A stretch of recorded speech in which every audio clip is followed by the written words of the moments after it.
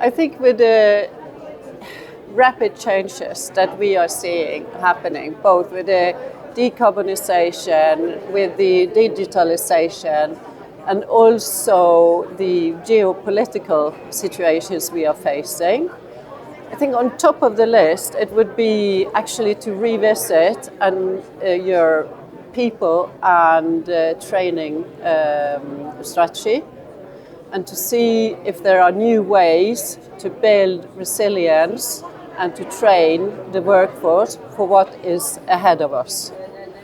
I also think that we have new opportunities now because the connectivity is much better, so you can train the workforce in a different way today than we had previous. And it's all about actually building a lifelong learning organization and a culture for learning. That's key.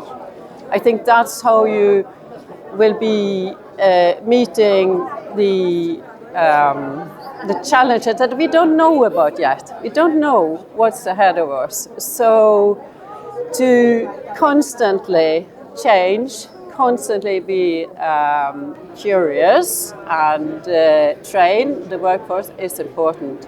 And that is also soft skills as well as technical skills. So it's both. Both are important.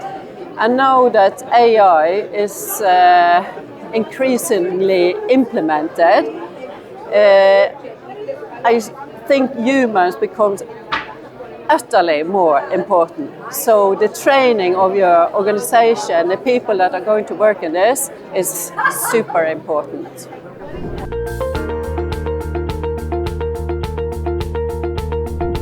I think the industry needs to continue the collaboration with educational institutions. It's really important, especially in the perspective of lifelong learning. We all need to revisit our studies, learn about the new technology that is coming, and the new, especially also in sustainability, it's really important to work together on that. And there is also a lot of new ways of doing it. I think the most important thing is that together we establish a holistic and more digital training going forward, because we can't always travel to do training. So that's important. There are plenty of new technologies coming. We have more digital training, like immersive training. We are using VR, MX, there are gamification that we can add. And then you have e-learning. And e-learning has actually been extremely effective for the last 20 years. And everybody is thinking that e-learning is what you know as e-learning, just a boring course. No, it's not, because today, with today's technology, you can add immersive learning into e-learning. You can add gamification, and you can make it way more interactive with the learner. So e-learning, where you also have the learning platforms that can carry out and distribute the training, is really, really effective. And I think that the industry needs to adapt more to digital training.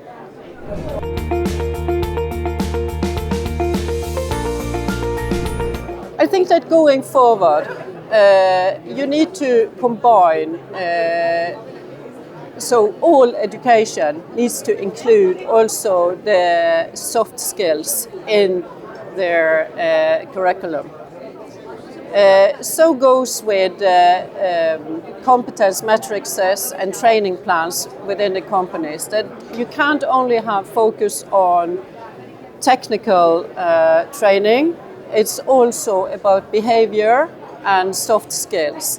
And especially these days where AI is coming in, you need the human capacity.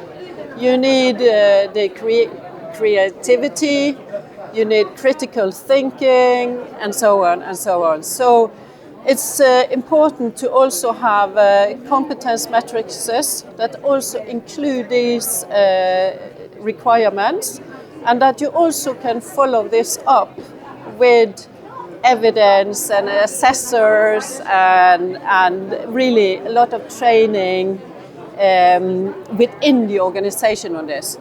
And on that, I also think that when we think about training of soft skills, we always talk about, oh, then we have to meet up and we need to do scenarios, etc. But all this can also be done digital. And if you're really going to do this throughout the organization, it's not a one-off, it's a continuous training. And then you need to go digital if you are going to succeed, because it's not a one-off. It's something that will evolve.